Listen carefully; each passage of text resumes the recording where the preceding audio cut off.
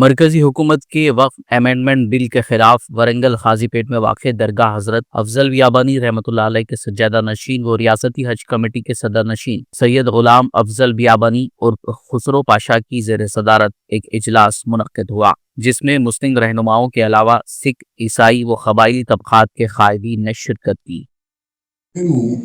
भगवान कोसम इच्छा that is called वक्फ अल्लाह रकाल ఉంటుంది వక్ఫ్ యూజర్ ఒకటి వక్ఫుల్ అలాలు ఒకటి అల్లా ఖబరస్థాన్లు కానీ మస్జిద్లు కానీ అన్ని దాంట్లో వస్తాయి. ఇప్పుడు కొంత ఈ బిల్ల ఏం ఇబ్బంది అవుతుంది అది వినండి మీరు. ఆల్రెడీ 1964 యాక్ట్ ఉంది, ఆల్రెడీ 1995 యాక్ట్ ఉంది, ఆల్రెడీ 2013 యాక్ట్ ఉంది. దానికి తీసుకొచ్చి ఇప్పుడు కొత్తగా 2025లో ఒక యాక్ట్ పెట్టారు. అని ఏం పెట్టారు దాన్ని మీరు వినండి. ఫస్ట్ అని ఏం చేశారు మోదీ గారు అంటే, ఫస్ట్ తిరుపతి దేవస్థానం ఉంది, గురుద్వారా ఉంది, చర్చ్ ఉంది. ఏదైనా ముస్లిం కల్లా వేస్తారా? వేరే జాతి వాళ్ళ కల్లా వేస్తారా? వేయరు.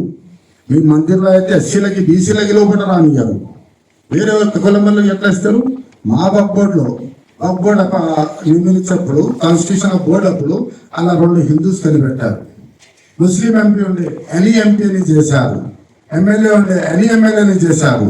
గవర్నమెంట్ నుంచి ఒక రిప్రజెంటేటివ్ ఉంటాడు, అసిస్టెంట్ సెక్రటరీ క్యాడర్ ఒక మనిషి వస్తాడు, ఎనీ అని పెట్టారు. పోయిన యాక్ట్లా 1 Muslim MP, 1 Muslim MLA, 1 Muslim deputy secretary and officer any అంటే ఇప్పుడు 11 మంది బోర్డు ఉంటారు. 2 మనుషులు కూడా వాళ్ళే, టోటల్ 6 మంది వేరే రిలీజియస్ వాళ్ళు అయిపోతారు. ఆ రిలీజియస్ ఆస్తిలకు ఎట్లా కాపాడుతారు? అది ఒక పెద్ద ఫాల్ట్. దాని తర్వాత ఏం చేశారు? లిమిటేషన్ యాక్ట్ ఉండే, ప్రతి లిమిటేషన్ యాక్ట్ అని మన ఇండియాలో ఒక కానూన్ ఉంది. ఆ లిమిటేషన్ యాక్ట్ తీసుకొచ్చి మా బాపూర్ మీద పెట్టేశారు. ఇప్పుడు చోటి మజీద్ ఉండదు అనుకోండి, అలా జనం ఉంటారు. 10 సంవత్సరాల నుంచి వాళ్ళు ఉంటే ఆ భూమి వాళ్ళదట. మళ్ళా ఏదైనా మీరు గవర్నమెంట్ భూమి ఆక్రమిస్తే, భూమి ఆక్రమించే 2 years ఇచ్చా ఉండే, దానికి తీసి నాన్ అవైలబుల్ 6 months అని చేశారు. ఇది వక్ఫ్ బీదోళ్ళ కోసం, బీదోళ్ళ ముస్లిం కోసం కాదు. ఇది ఏ దానికి మేము వక్ఫ్ చేస్తే దాని అంతా ఉర్దూలో మంచా అంటారు, ఇంగ్లీష్ లో ఆబ్జెక్ట్ అంటారు. Object of waqf is there. ఎవరైనా 4 మల్గిలు కొని దీనికి వచ్చిన ఆదాయం సుబేదారి మస్జిద్ కు పెట్టాలా, ఖాదీపేట్ మస్జిద్ కు పెట్టాలా, లేకుంటే వికలాంగులకు పెట్టాలా? తో Waqf board is only supervision body. Waqf board is not the owner of the property. దానికి వాళ్ళు దానికి మా తాతలు ఉన్నారు, 4 ఎకరాల భూమి ఇక్కడ బాగు చేశారు. ఎవరు దీనిదారి పని ఉంటాడో, ఎవరు సజ్జాలో ఉంటాడో దానికి వచ్చిన ఆదాయం తీసుకొని త్వరగా సేవ చేయాలని పెట్టారు. వక్ఫ్ బోర్డ్ ఆ పని చక్కగా అవుతుందా అవుతలేదా గచ్చేయాలా? మీరు ఏమన్నారు? తాతలు వాళ్ళ అమ్మీలు దాని తర్వాత అట్లా లేదు. ప్రతి ఒక్కటి గజీబ్ ఉంటుంది, దాంట్లో ఎవరు అంటారో దాన్ని వాకి పడతారు. ఆ వాకి వచ్చి నేను ఈ భూమి, ఈ సర్వే నెంబర్, ఈ యాడ్స్, ఈ గజాలు నేను ఫలా మస్జిద్కి ఇస్తానా రాసి ఇస్తేనే పని చేయాలి, లేకుంటే పని అవ్వదు. నమ్మట్టు క్రిమినల్ చేయాలి. క్రిమినల్ ఎవరిది? ఏదో హిందీ కూర్చొని ఉంటారు, ఏదో రీజన్ అక్కడ కూర్చొని ఉంటారు. ఏమైనా ఇబ్బంది జరిగితే గొప్ప న్యాయం చేయకుంటే మీరు క్రిమినల్ పోవచ్చు, క్రిమినల్ మాట్లాడవచ్చు, క్రిమినల్ పోయి దాన్ని సాటిస్ఫై చేయొచ్చు. ఇప్పుడు ల్యాండ్ చేస్తున్నారు, సింపుల్ కోర్టు దాన్ని కొట్టేసింది, ఒకటి చేసుకున్నారు. అంత పెద్ద కేసు, పెద్ద పెద్ద కేసు సుప్రీంకోర్టు వాళ్ళ ఫేవర్ వచ్చింది, ఒకటిలో ఫేవర్ వచ్చింది. మన ఇండియాలో కోర్టు ఉంది, మన ఇండియాలో కాన్స్టిట్యూషన్ ఉన్నది. బాబాసాహెబ్ అంబేద్కర్ ఇచ్చిన మంచి కాన్స్టిట్యూషన్ వరల్డ్ లో మీకు ఎక్కడో కాన్స్టిట్యూషన్ దొరికేసి బాబాసాహెబ్ అంబేద్కర్ లేకుంటే ఎస్సీ ఎక్కడ ఊపడకపోదు, బీసీ ఎక్కడ ఊపడకపోదు, ఎవరు ఊపడకపోదు. ఇది ఏదో ఇప్పుడు మన ప్రిన్సిపల్ సార్ చెప్పారు, వాళ్ళకు 200 గజాల ప్రాబ్లం వస్తే దీనికి దానికి ఏం సంబంధం?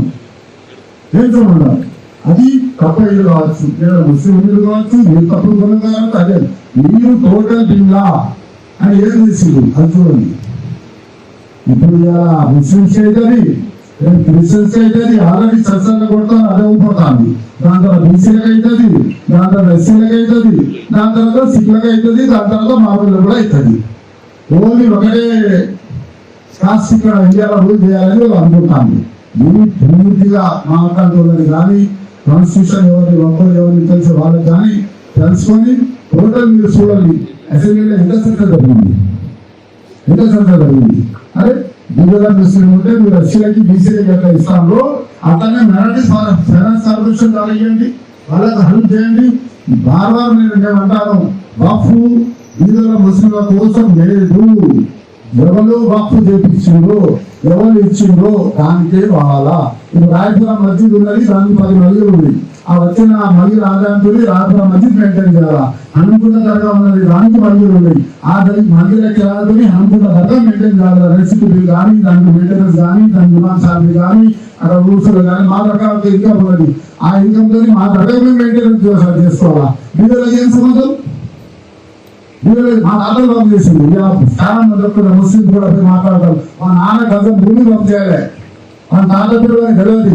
వాళ్ళు ఇలా వచ్చి మోదీ మంచిగా తీసిన అంటారు. మన తాత పిల్లలు చెప్పలేకూడదు. చెప్పండి, చూపెట్టండి ఎవరు యొక్క ఒక ఇల్లు పంపు చేశారు, మోదీ ఎన్ని గజాలు పంపు చేశారు, చేసిన అడగండి వాళ్ళు ఎందుకు చేశారు, దేని కోసం చేశారు. సరే, దానికి ఒక ఆబ్జెక్ట్ మంచిగా పంపు ఉన్నది. ఇది బిల్ మొత్తం 52 పాయింట్స్ ఏడు ఉన్నదో అన్ని పాయింట్లు ఇస్లాంకి వ్యతిరేకంగా.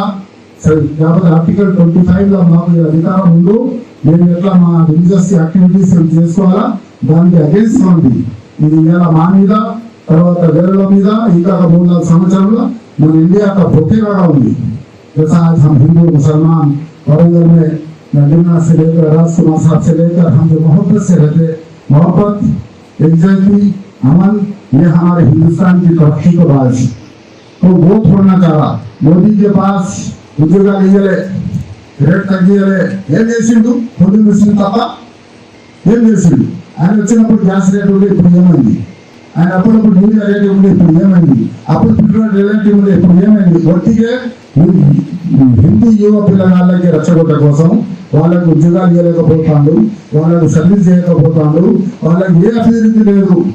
దానికోసమే ఇట్లాంటి హిందూ మిషన్ తీసుకొచ్చి ఆయన ఇండియా వాతావరణానికి, మా జిల్లా వాతావరణానికి, స్టేట్ వాతావరణానికి పాడు చేసే ప్రయత్నం వాళ్ళు చేస్తాను. మేము ఉల్టా हम हिंदुओं को, मुसलमानों को, हम सब भाई है, एकजुट के रहेंगे और एकजुट बनकर हम इसको चुनाव लड़ने की कोशिश करेंगे. ये हमारा कॉन्सेप्ट है. और कॉन्सेप्ट के जरिए आज हम सब यहाँ मिलकर बैठे हैं. ये छोटा इजलास है, ये చిన్న ఉంది.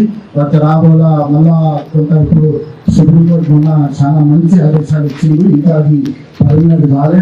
సుప్రీంకోర్టులో మాకు ఆర్డర్ దొరికితే మా ఎడ్యుకేషన్ ఆగిపోతుంది, లేకుంటే ఎడ్యుకేషన్ తీసుకొని ముందుకు వెళ్తాం.